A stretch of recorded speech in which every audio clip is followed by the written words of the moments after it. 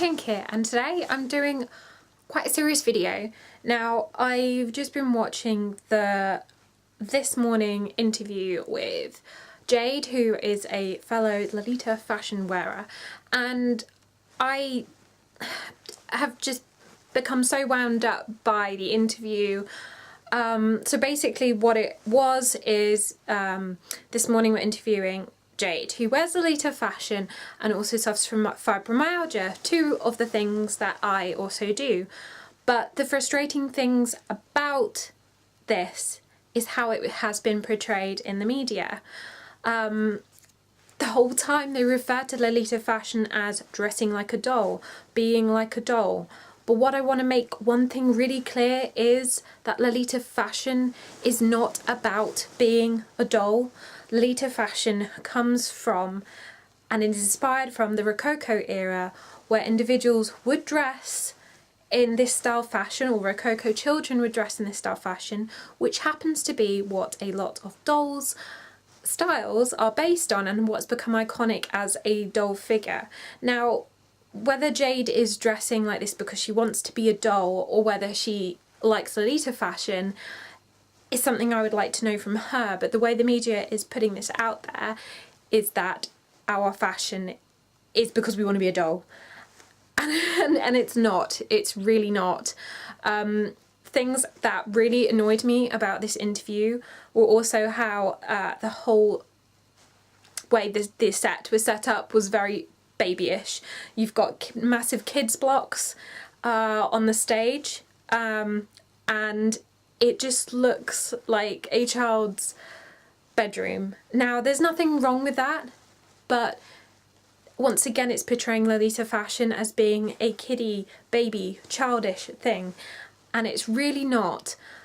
The fashions are based on Lolita fashion is based on that era in time, but with a modern twist.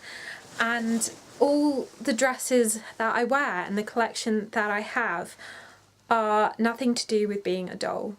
They are a certain aesthetic. They're all very ladylike, demure, very much not showing too much of your flesh. It is not about attracting attention.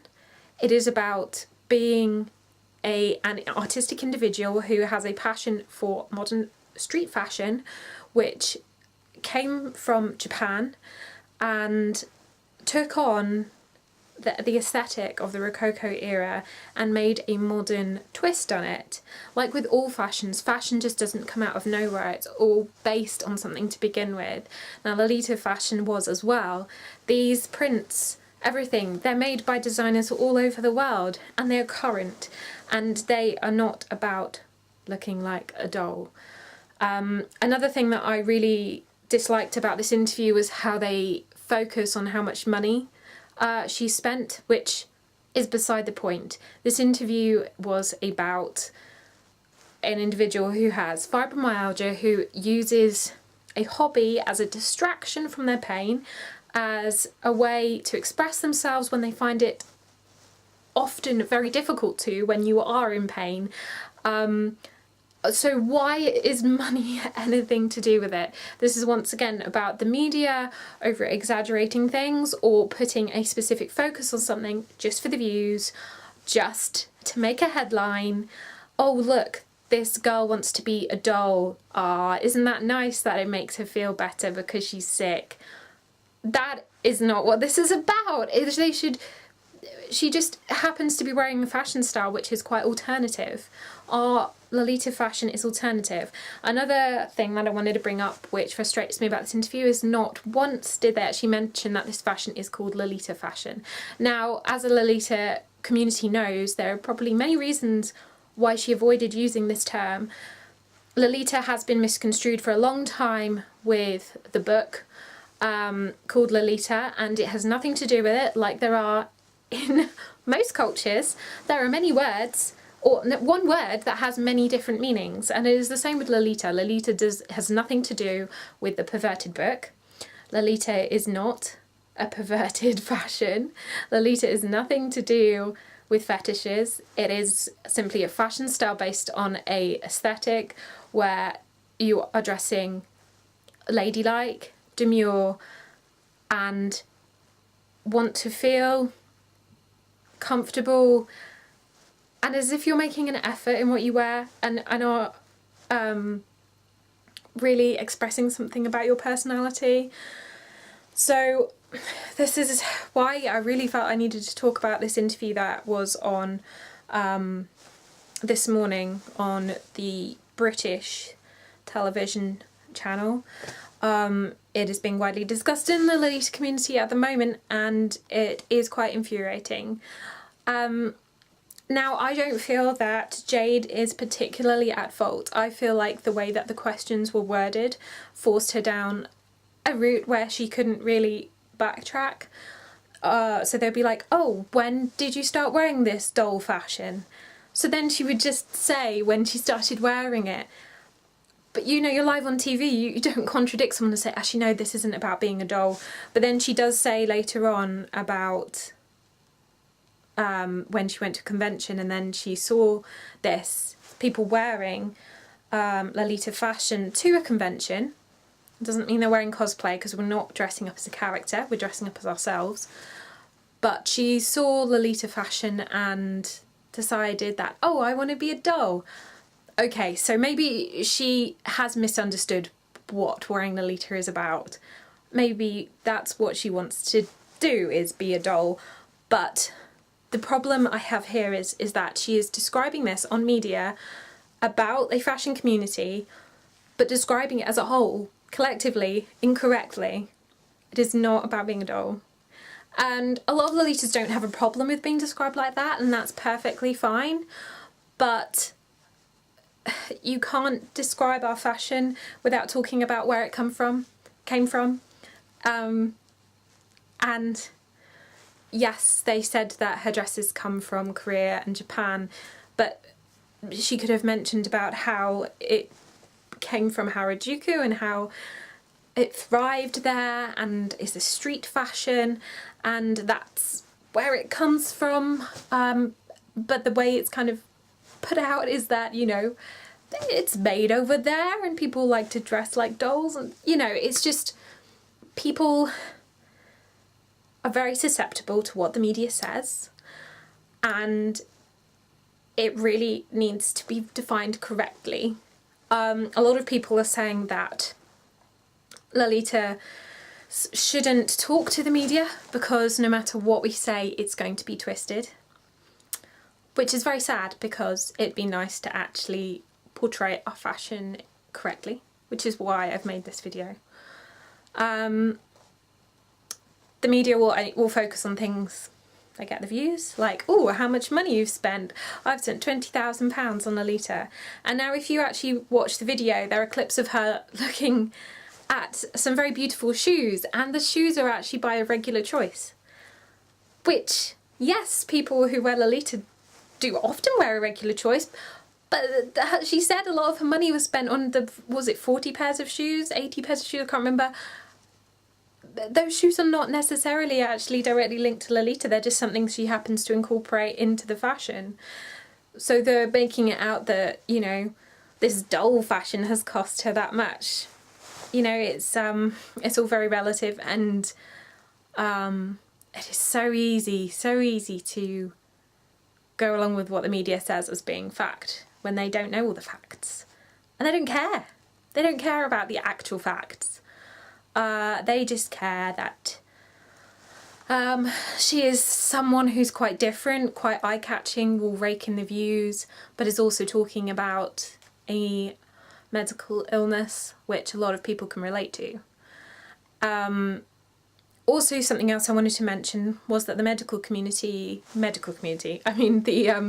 the community of individuals who have this condition, like myself, have been putting her down, saying, how can she have fibromyalgia when she dresses like this?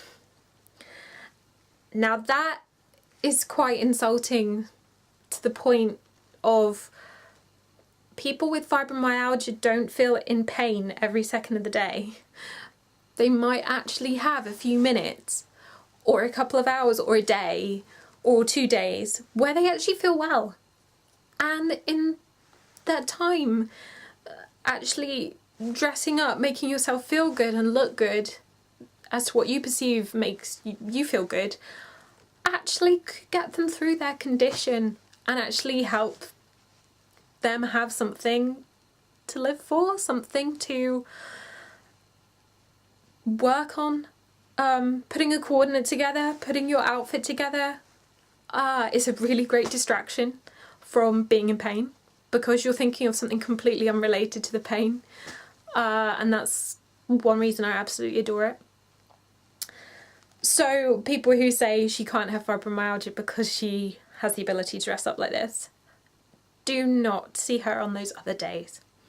They are seeing her in a very short snippet of her life, and if you see her actually being interviewed there, she isn't moving around a lot.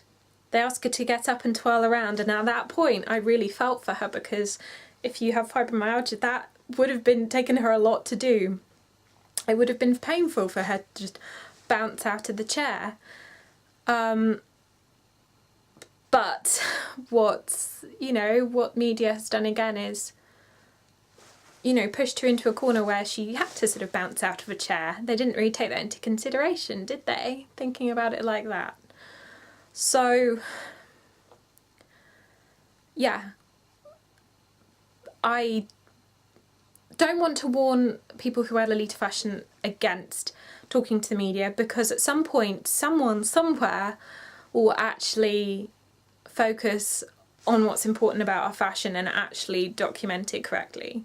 There are lots of Lolita YouTubers who do this, and that is brilliant, and maybe we can actually break through and tell people what we're actually really about, and a lot of people who don't understand us will come to immediate conclusions about us when they don't know. So, yeah.